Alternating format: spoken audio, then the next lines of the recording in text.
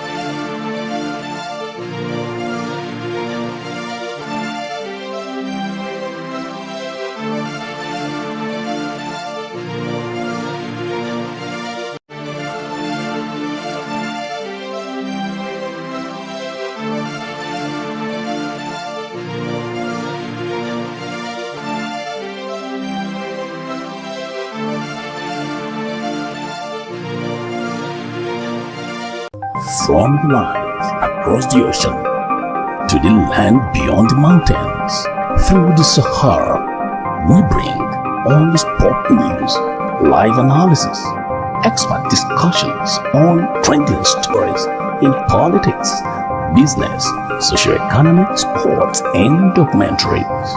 So catch all the updates on the happenings around the globe. Stay focused on the fact today. Only on ATN.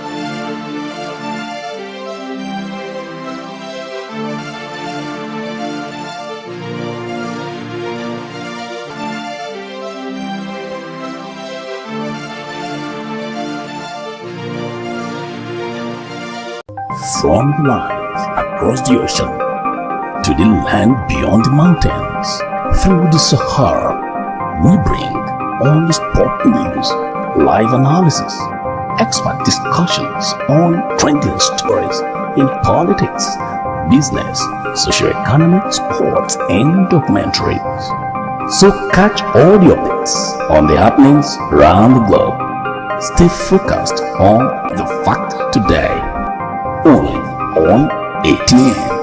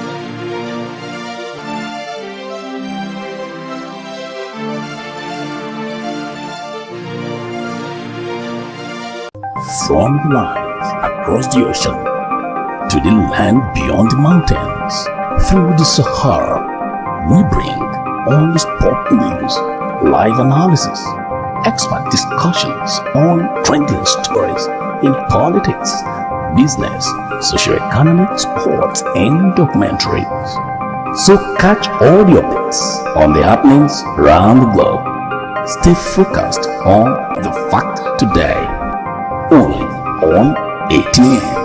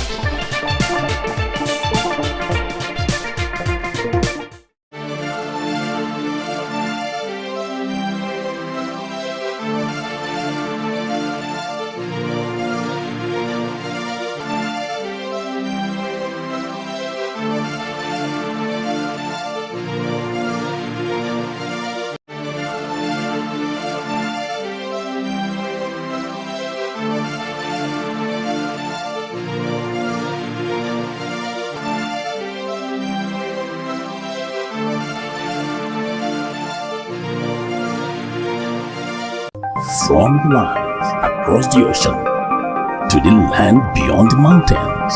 Through the Sahara, we bring all the sport news, live analysis, expert discussions on trending stories in politics, business, socio-economic, sports, and documentaries. So catch all the updates on the happenings around the globe. Stay focused on the fact today, only on ATM.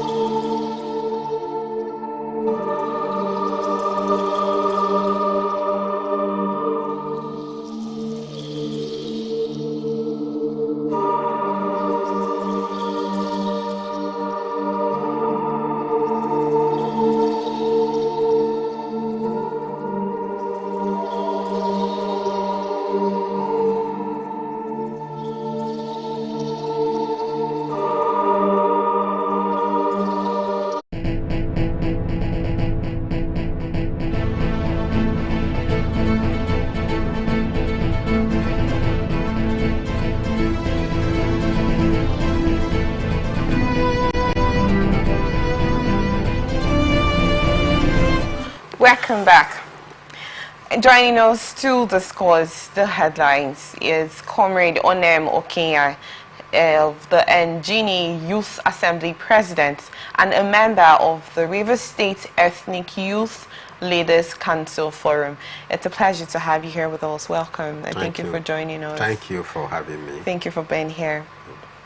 7 persons were rescued when a 3-story building under construction at Aboga along the Igruta-Eche Road in Ikwere local government area of River State caved in. Eyewitnesses said the incident occurred at about 1:30 p.m. on Saturday while workers were on the site. Though no life was lost, it was said that 7 of the 9 workers who were working in the building were wet. 2 of them jumped off the building. One of the eyewitnesses said, "Getting here, I saw the building collapsing. While some of the workers were able to jump out, others could not as the building collapsed on them." The Special Advisor on Media and Publicity to the Commissioner for Physical Planning and Urban Development, Emeka Kalu, confirmed the incident in a statement on Sunday afternoon. Kalu, while describing the incident as unfortunate, said that aside from the initial rescue efforts by residents in the neighborhood, the authority of the Ikwere local government area and officials of the River State Ministry of Physical Planning and Urban Development, as well as the Ministry of Special Duties, moved in just in time while responding to distress calls. Speaking to newsmen at the scene, the State Commissioner for Physical Planning and Urban Development, Evans BP, said it is unfortunate to begin the year with a building collapse. BP attributed the incident to the use of substandard materials by the developer, which he said he had warned against in previous cases. The Commissioner said it is unfortunate that we are beginning the year with a tragic incident, though no life was lost. This is the fourth building collapse we have witnessed in the state since I assumed office. Quickly, I would love to ask you, Comrade Onem, what is your thoughts about this before we actually get into the main questions that we could ask concerning this incident of building collapse, coming from the Commissioner that this is actually the fourth time this incident has occurred since he's been in office, and we have witnessed several times that incidents about this building collapse has been going on and on, but I want to get your thoughts about this quickly, please. Well, I want to once again appreciate you for the time you've given to me. Well, and I must sympathize with the victims of this building collapse. It is quite unfortunate that this issue of building collapse in Rivers State keeps reoccurring. And I must tell you that most of the blame will be apportioned to the owners of this building. Why am I saying this? You know, in engineering, most especially in civil construction, a lot of things, a lot of factors needed to be considered while trying to undergo any construction job. Some owners, building owners, may want to build one-story building or two-story building, but because of one thing or the other, they may decide to, you know, increase it to 3. Why the foundation sometimes is meant for a 2-story building. Now, adding it, if the initial plan, building plan, was for 2-story building, some will want to, maybe, while they are trying to consider their land and all of that, they try to make it 3. And in that case, you see that it cannot be able to withstand that pressure. Now, we can also jettison the aspect of the substandard material as stated by the Commissioner. You know, if you look at the price of things today, you will want to cut corners. As at last month, I bought a bag of cement, 10,500 at Imbiama. So one would tend to consider, you know, the high cost of those building materials, and in that case they will want to manage it, you know, and that sometimes will result to the issue of trying to cut corners, and it will result to things like this. So to me, I would say that the Commissioner of Physical Planning and Urban Development should do the needful. What was the initial approval of the building plan? These are things that they need to consider. Okay, because they are supposed to undergo this process before they approve those buildings, before they are constructed. So they should be able to ascertain what was the initial building plan that was registered, right? So these are some of the things that they need to, you know, to consider. But like I said, so many of this issue has been recorded in Rivers State. One was at the Woji. I don't know if you know that about. It was up to 30-something persons that died. Just look at that. And up to today, they said they have set up some panel to investigate on that issue. But to date, no report in that regard has been released. Have you heard anything? So what I'm trying to see is that, yes, the commissioner of physical planning and urban development will come and see and all of that.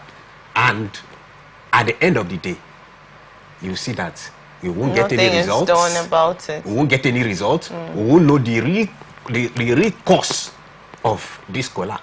So to me, I think they really need to, work so as to prevent, these things from occurring. It's very bad. Like, okay, I was so listening what to, do you think the Commissioner of Urban Development should actually do in this instance? they should activate their monitoring system. Okay. Right? They should activate their monitoring system.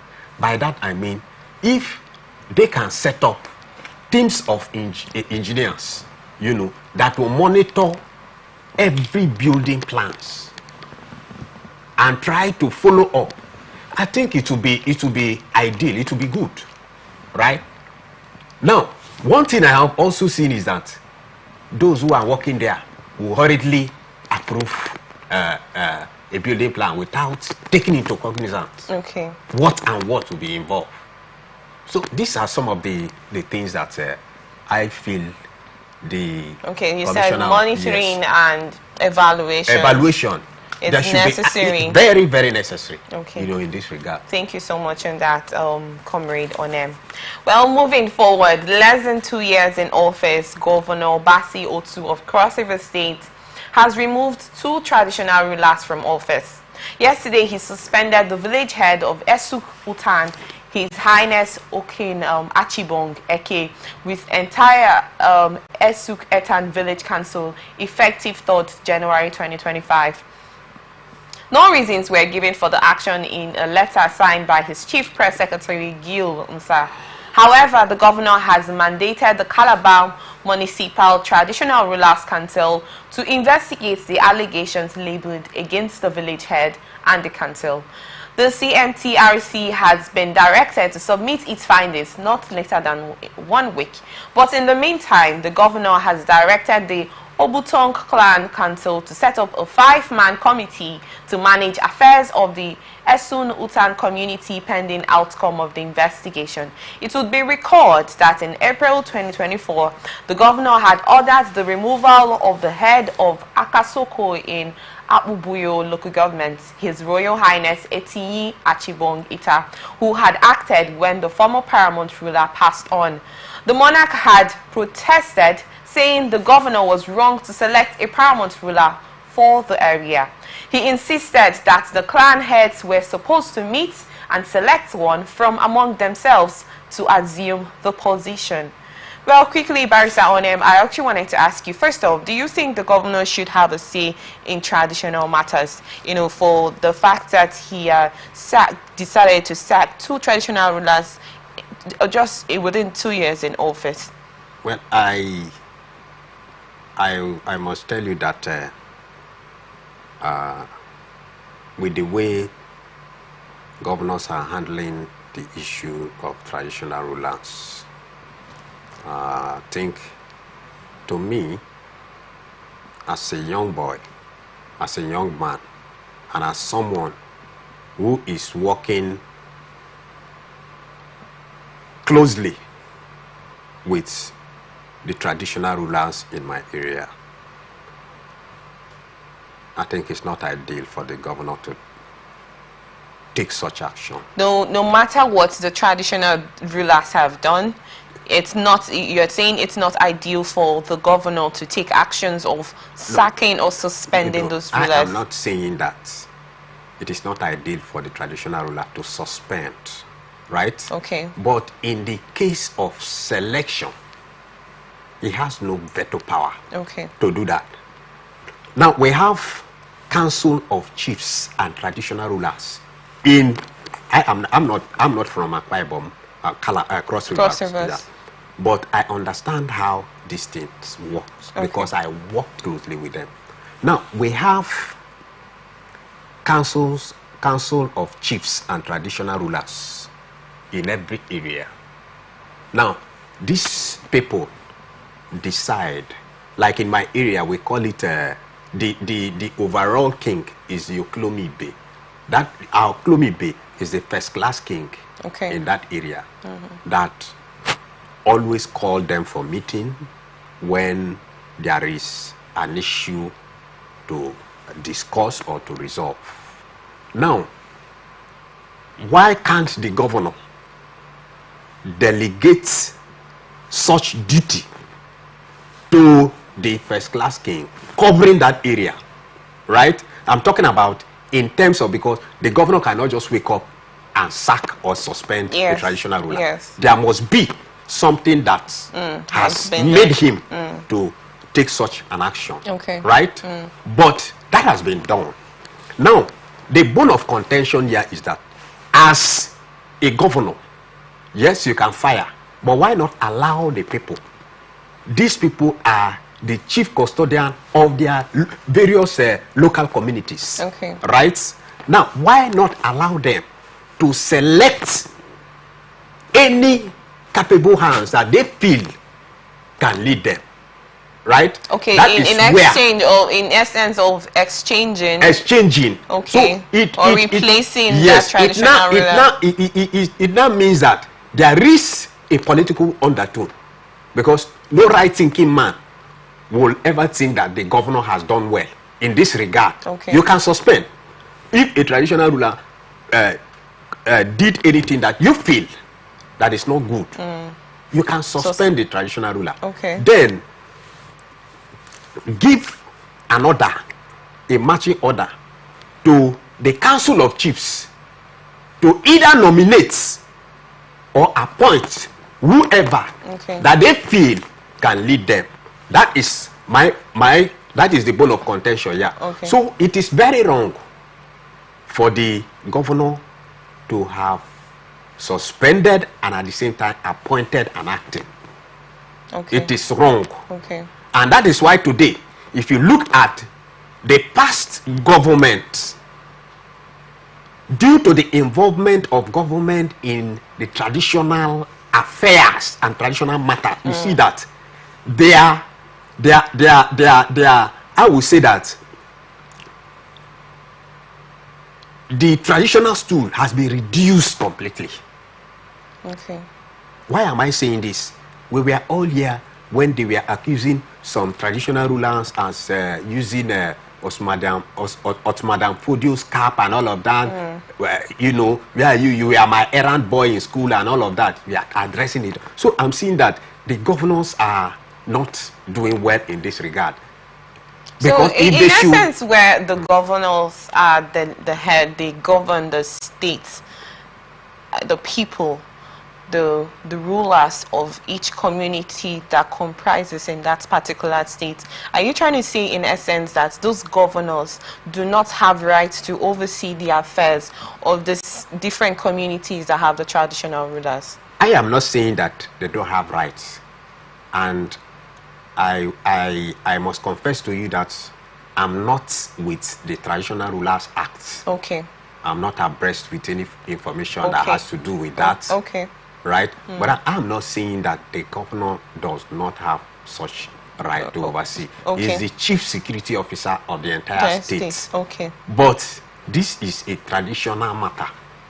And a traditional matter should be handled by the locals. Like people like the Traditional Council of Chiefs and Elders. Okay. Right? Okay. Yes, he can suspend. Just as I said, he can suspend. But he would have mandated, you know, the first class king, who will now in turn, you know, relate with the council of chiefs in that area. Like in my area, we have Ngene Council of Chiefs and Traditional Rulers, where they converge for meeting and all of that and decide on issue. So I am the opinion that the governor would have mandated the first class king in that area, you know, rather than firing him and appointing an acting. No. Okay. No, it's not ideal. And we shouldn't welcome it, because if we should continue to do this, there will be no respect for the traditional stool. Right? So that is my take on that. take on the issue. Okay, thank you so much on that, Comrade Onan. The Independent National Electoral Commission (INEC) has denied reports that it plans to destroy over 6 million unclaimed permanent voters' cards. The Commission described the report as incorrect, maintaining that it never contemplated destroying uncollected PVCs. In the said report, it was claimed that the Commission is contemplating a policy to withdraw and destroy PVCs that remain uncollected for a decade. The report said the recommendation was among 208 proposals arising from the Commission's review of the 2023 general elections. It was said the move stemmed from the persistent issue of unclaimed PVCs, with over 6 million cards still uncollected as of the 2023 elections, including many issued as far back as 2015. The low rate of PVC collection and other related challenges are illustrative of the problem of processing and managing voters in Nigeria. To increase the rate of collections of PVC, the Commission implemented a policy that made it possible for voters to collect their PVCs online and subsequently pick them up.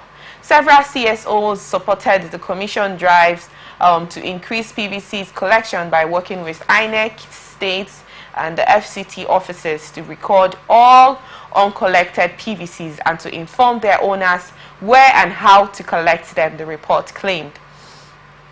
Comrade Onem, I'm sure you have a voter's card. Yeah, I do. And I don't know if it's okay to ask you if it was a difficult one for you before you acquired your PVC, because oftentimes people say the processes are always difficult. You know, sometimes you go and you don't get them, or they might tell you come back in 3 weeks and whatnot. You know, this could actually the results where the voters had to, you know, abandon up to 6 million voters card could be one of those reasons. But I want to get your thought. Do you think that this can also cause the reason why Nigerians often decide to abandon their voters cards, first off? And then for the INEC denying the plans to destroy those voters cards, there could actually be a case where they had made mention of that come and collect a voters card or we dispose of them. You know, do you think that was actually the right way to go about this matter?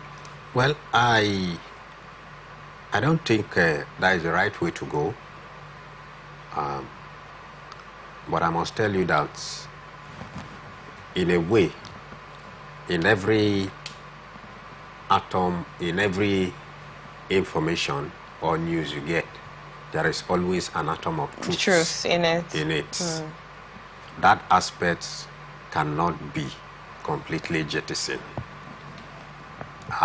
The truth of the matter is that if you look at the way election is being conducted in Nigeria, I'm talking about one of the discouraging factors. Okay. You will tend to believe with me that so many persons has lost hope. So many persons has lost interest in the electoral process of this country. So do you think that's one of the reasons why they will decide to abandon their voters card? That is one of the reasons. Okay. Right? I have a voter's card, but ask me, how many times have I voted? You know how the electoral process in Nigeria is being manipulated. Okay. I have my voter's card, but I can't tell you the number of times that I have used that voter's card, if not for banking transaction and other activities. So some persons felt that there is no need, you know, getting it, because they are telling you that even if you vote me or you don't vote me, I will make my way in. So what is the need of getting those things? I don't know if you get my points. Yes. I have just cited an example. This is Comrade Onem telling you that I don't know the last time I have ever voted, but I have the voter's card with me. So this is one of the critical things that we need to consider. So many persons have lost hope in the electoral process of this country. so many persons are not happy with the way our leaders today has been chosen. We are not the one that elected them. They elected themselves. Sorry to say. Yes, they elected themselves. In an area whereby an election will be characterized by electoral violence, ballot buses snatching, and all of that. How can you then use the voters card? So why now apply for a voters card that you know in turn you would end up not using? I'm coming. Okay. Now look at the last election. They were telling us that there is going to be electoral transfer of result, right? Electronic transfer of result. The set of beavers and all of that. Do you know that on that election day, some persons, some of the INEC officers, deliberately off the beavers? And said it yes. It had faults. Thank you. Right? So these are some of the discouraging factors that has made so many persons not to be bothered about, their voters card. But the issue of the collection is also another thing, another factor that has hindered so many persons. Like when I did my own in Academa, I went there so many times before I was able to get it. And when you get there, you see the crowd of persons who were struggling to get their voters card. And if you have something doing, like in the morning, you bathe and go to work and all of that, can you get it? You can't get it, right? You can't get it. So these are some of the things. So now, where do you go to apply and collect your voters card? What are the reasons they give for the delay?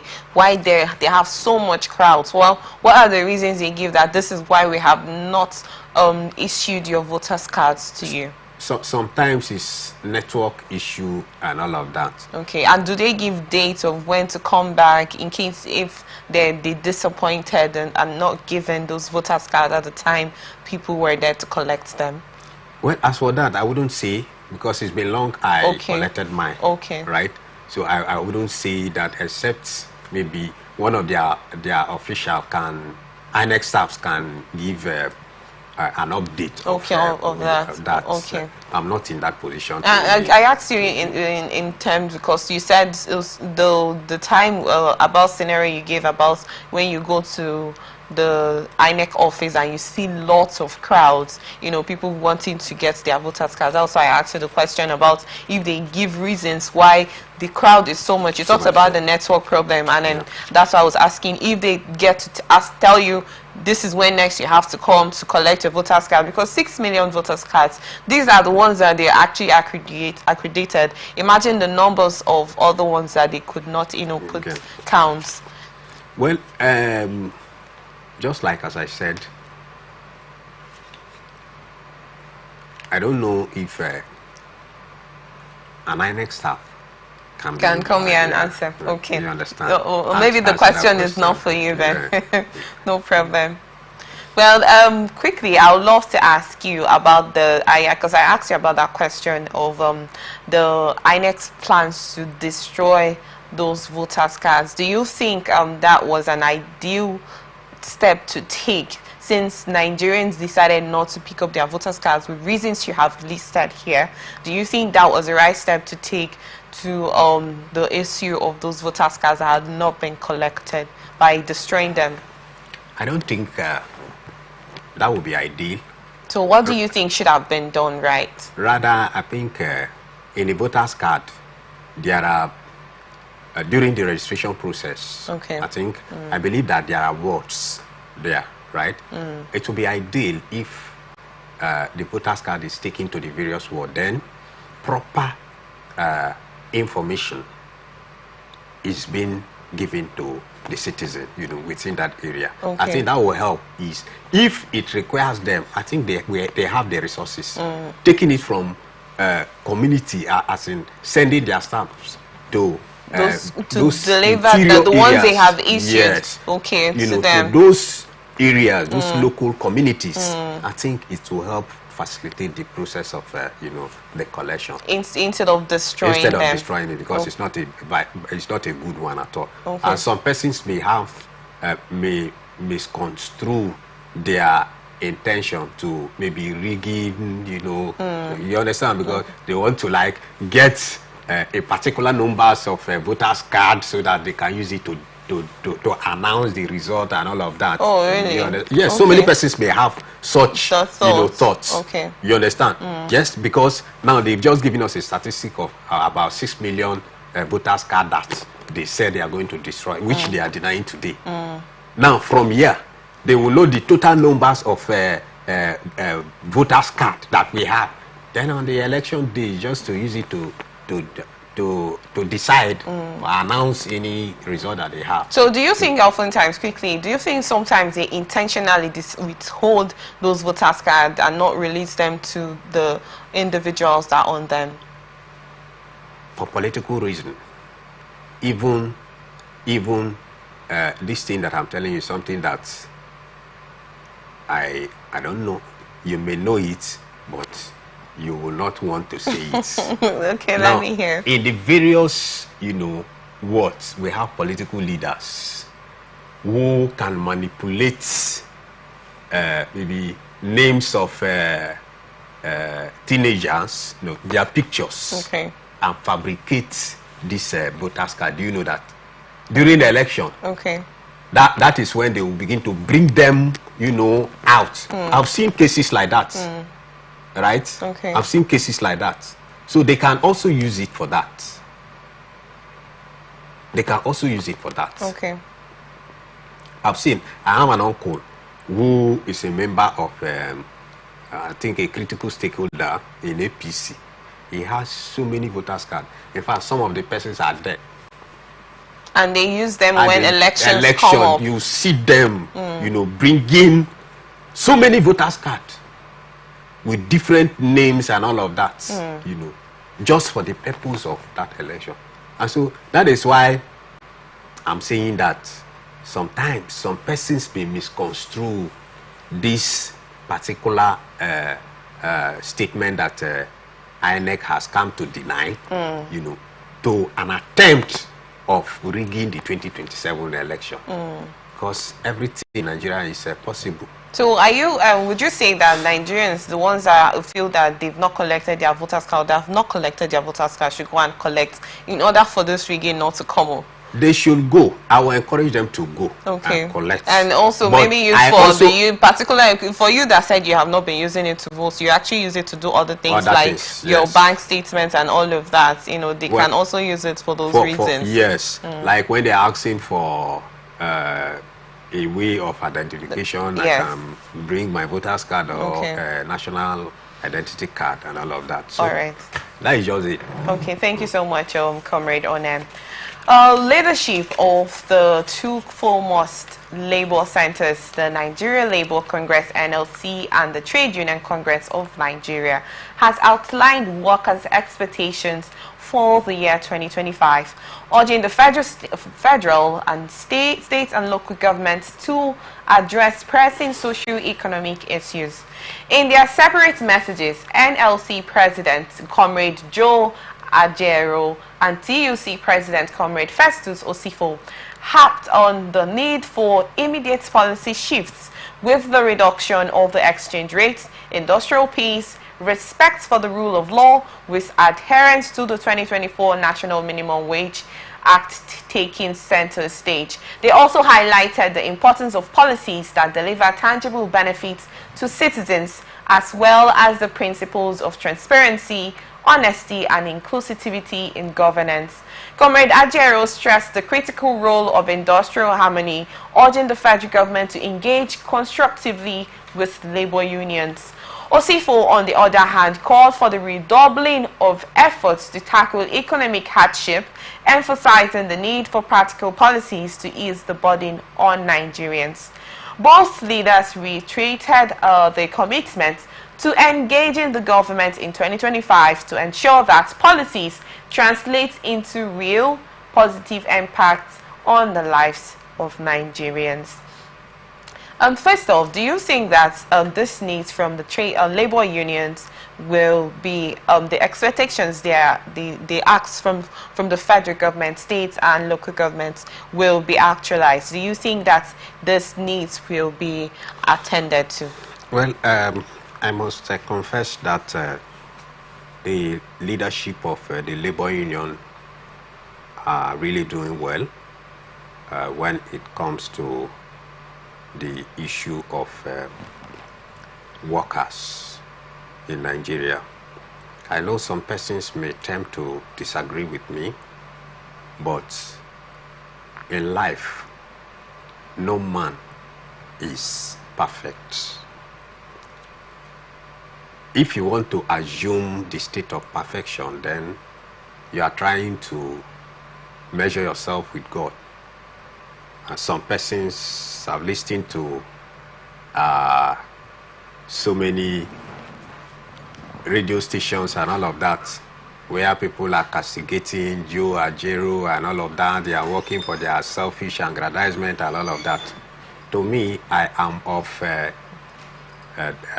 different view and different opinion, right? Like he has stated, there is need for the federal government to work in collaboration with the labor union and the workers. Currently, we know the agitation that these labor leaders has, been undergoing. There was a time that Joe Ajero was arrested, intimidated, humiliated. He was assaulted. In fact, there was nothing that was not done to this man for the sake of what?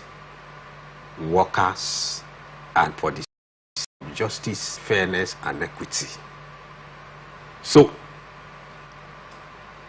I know that this present government is really hard on the citizen. They are hard on the citizen. I am also seeing that the freedom that an ordinary citizen should enjoy is no longer there. Why do you think so? It's no longer there because there are a lot of going on in this country, which I know and I believe that you are aware of.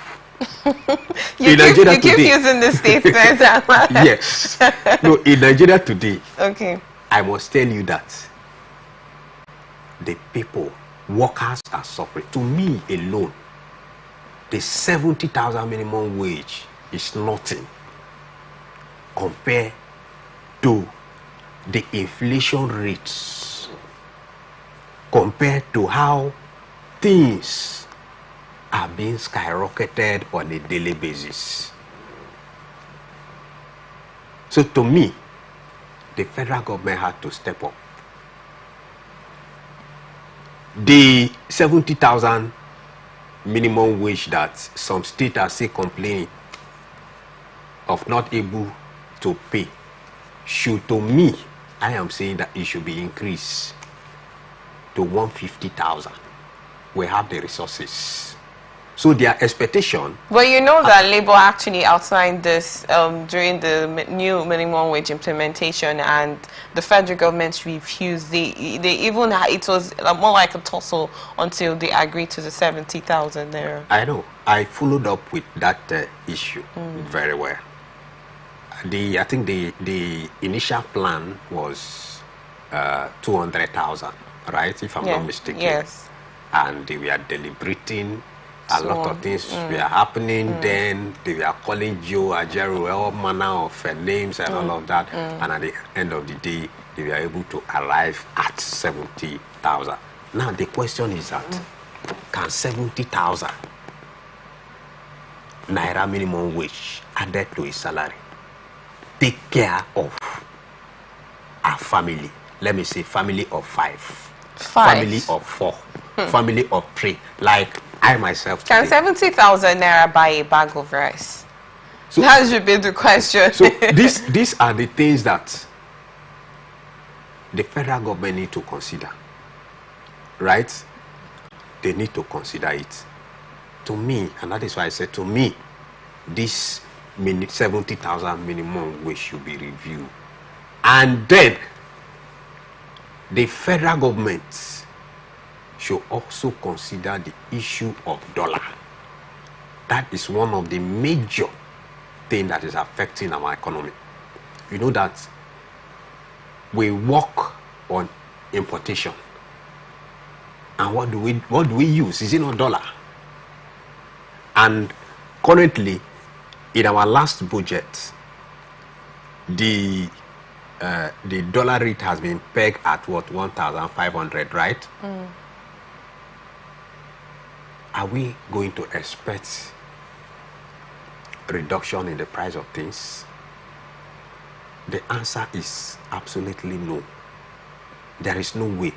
And that is why I think that these labor leaders who are really standing for the workers of this country are expressing their views on how things should, go. To be candid with you today, the romantic activity of every man has been reduced. Why? Because the hardship in this country has affected, virtually everything. No, I'm telling you the Please, truth. can you, Comrade Omer, Yes. can you elaborate more on that statement you made? I said the romantic activity of every man has been Okay. affected by the economic hardship of this country. Okay. Right? Okay. Because they said what? Money is love. Oh. Let's forget about now in a situation whereby you cannot provide for your family, Okay. your children will call you and daddy, I want to eat rice. You cannot provide the least cup of rice. Even your wife who has been calling you honey will decide to call you papa bon boy or papa okafor and all of that. You understand? So women today, we are no longer having that kind of feelings that we have, in those days, because of the economic situation of this country. We know when Goodluck Jonathan was there, where the bag of rice was 7,500, and things were flowing.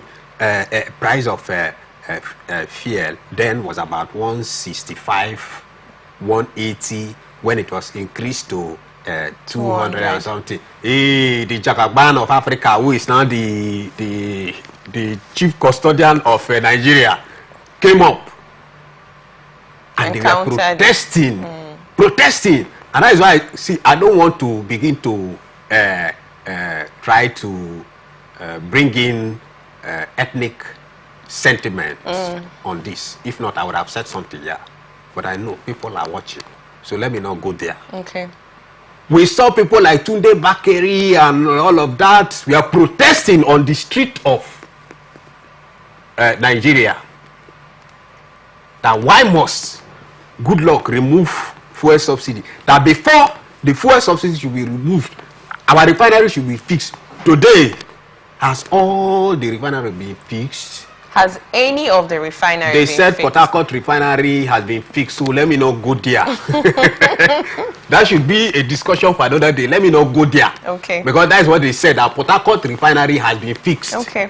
And Warri has just said, yes. You understand? So let me not go there. But before the president would have made such statement, those things would have been on ground. It's not CNG bus. So if I see CNG bus today, I won't enter. They said they have provided the free CNG bus. Have you seen anyone in Port Harcourt here? Have you entered anyone here? So those things are in our local palace. Now wash. Now wash. Then they brainwash us. So that is it. That is it. The federal government had to sit up. This is a new year. We want to see the dollar being reduced. We want to see the price of fuel gradually reducing. Well, Comrade Onem, the day the president made his New Year declaration on things he would want to get done, he actually made mention of things like that, the reduction of the inflation rate of the dollar rate and other things that he mentioned. So do you think he will not put those things in place? Do you think he will not work towards achieving those promises that he has mentioned? Another thing is pronouncement, then implementation. We've had so many cases whereby a government will come and say this, at the end of the day, that will happen. So this can never be exempted. Let us wait and see how it plays out. Okay. That is the only thing I can say. Okay. Well, thank you on that. Moving forward, Socioeconomic Rights and Accountability Project, otherwise known as SERAP, has called on Mele Kyari, the Group Chief Executive Officer of the Nigerian National Petroleum Company Limited, to account for 825 billion naira and $2.5 billion allegedly unaccounted for in the company's operations. The missing funds were reportedly meant for refinery rehabilitation and other oil revenues, as documented in the 2021 annual report by the Auditor General of the Federation. The demand comes in response to the 2021 report from the Auditor General, which expressed concerns regarding the NNPCL's handling of public funds. In reaction, SERAP asked Kyari to explain the whereabouts of the funds meant for refinery rehabilitation and other oil revenues. SERAP also demanded that Kyari identify and hand over those suspected of involvement to the Independent Corrupt Practices and Other Related Offences Commission and the Economic and Financial Crimes Commission. Additionally, SERAP urged Kyari to formally invite former President Olusegun Obasanjo to tour Nigeria's refineries and to extend the invitation to the EFCC and ICPC to monitor the operations of the refineries and any spending on them, including the Port Harcourt and Warri refineries. So just made mention about this refineries, about the federal government putting the refineries in place before removing the fuel subsidy, in order for this hardship. It's not like Nigeria has not been experiencing hardship in time past, but the agitation right here is higher than it used to be. Well, we have SERAP urging Mele Kyari, the chairperson of the Nigerian, accounts for these funds that were, in quotes, said to be used for the refinery rehabilitation, because as it stands, the 3 refineries that we know in Nigeria, none has been functioning. Mele Kyari also, the NNPCL also invited Obasanjo when Obasanjo said something about misplaced priorities and condemning the funds that they claim they have used to, rehabilitate those refineries, and nothing has been seen. No oil, no tanker has been seen coming out of any of those refineries that they said they have put in place. Do you agree with SERAP that those funds should be accounted for? Because $2.5 billion and 825 billion naira is actually a whole lot of money to just go like that. What do you have to say about the corruption that has been continuous in the oil sector? Well, SERAP, honestly speaking, are in order. The call is in order. It is pertinent that the chairman of NNPCL give a vivid explanation of how that money was used. Right? I think the money was earmarked for the maintenance of the refinery, yes, I guess. Yes. They should be able to give us a clear calculation, estimates of how that money was used. Now, you know that before now, there has always been procrastination of, Port Harcourt refinery will work today, the next day, next year, when it get to that point, they will shift it to another year and all of that. That I believe that it was as a result of all of this misappropriation of fund and all of that. So do you think that the EFCC and ICPC have not actually, they are not aware of the situation to, you know, call them to order, to call Melekari to order all this well? As the EFCC accounted for the missing money that they be recovered. The issue here is that we don't have any functional system. Sorry to say, Nigeria does not have any functional system.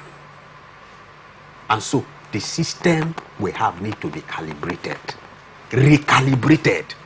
By that I mean they should reject the system. Because why I'm saying this is that a lot of money has been claimed to have been recovered by EFCC, right? Has they been able to account for that money? Now, who will now give them? Who will now give them the temerity? What will give them the temerity to go and investigate NNPCL? So there, in essence, the corruption goes across. Cut across all the sectors. Every sector. Cut across all the sectors. That is the bone of contention here. Even the corruption agency is now, sorry to cut. So the corruption commission is also dealing with corruption. Because they are unable to account for it. They have been telling us that we'll be recovering billions of naira. We'll be recovering properties worth billions of naira. Where are those things? Have they been able to account for those things? They won't have the mind to go and begin to investigate NNPCL now. So the corruption in Nigeria, and I'm not seeing the current president fighting this corruption. He is not. Buhari was trying a bit, trying to victimize his political opponent and enemies and all of that in the name of corruption. But that we are not seeing it now. Everything, everywhere, according to the Igbos, I don't know if you are from everywhere is local marama, everywhere they marama. You understand? So what I'm seeing here is that, yes, setup has done their parts. And if Nigeria had to be a place like US, by now, even the Kyari would have been in prison. Those collaborators would have been in prison. Am I lying? You're not lying. But we'll be discussing about this thing, calling on federal government to do that, and they will feign ignorance to what is happening. So in essence, we do not have a functional system that is favorable to Nigerians. We do not have. And with the crop of leaders, I am not a prophet of doom, and I won't be a prophet of doom. I want to see my country grow. I want to see the economic situation of this country being improved. I want to see reduction of, dollar, the exchange rate, and all of that in this country. That is my prayer for the country. But the problem we have is leadership problem, corruption, and all of that. Thank you so much, Comrade Onem. We would have loved to continue with the rest, all the stories, but unfortunately, this is where we wrap it up on this episode of Blowout. Thank you so much, Comrade Omen, for being here. Thank you for having me. Thank you. I hope to be here some other time. Sure you will. Please do stay connected on all our ATN socials on Facebook and YouTube on Attracting Television Network, on Instagram and TikTok on Attracting TV Network 1, on Twitter on Attracting TV Net. Watch us live on our website at www.attractive.net.org.tv. Peace and unity are the pathways to progress. Open conversation comes up shortly. Do not go away. I am Chidima Wadike. Do have a blessed day.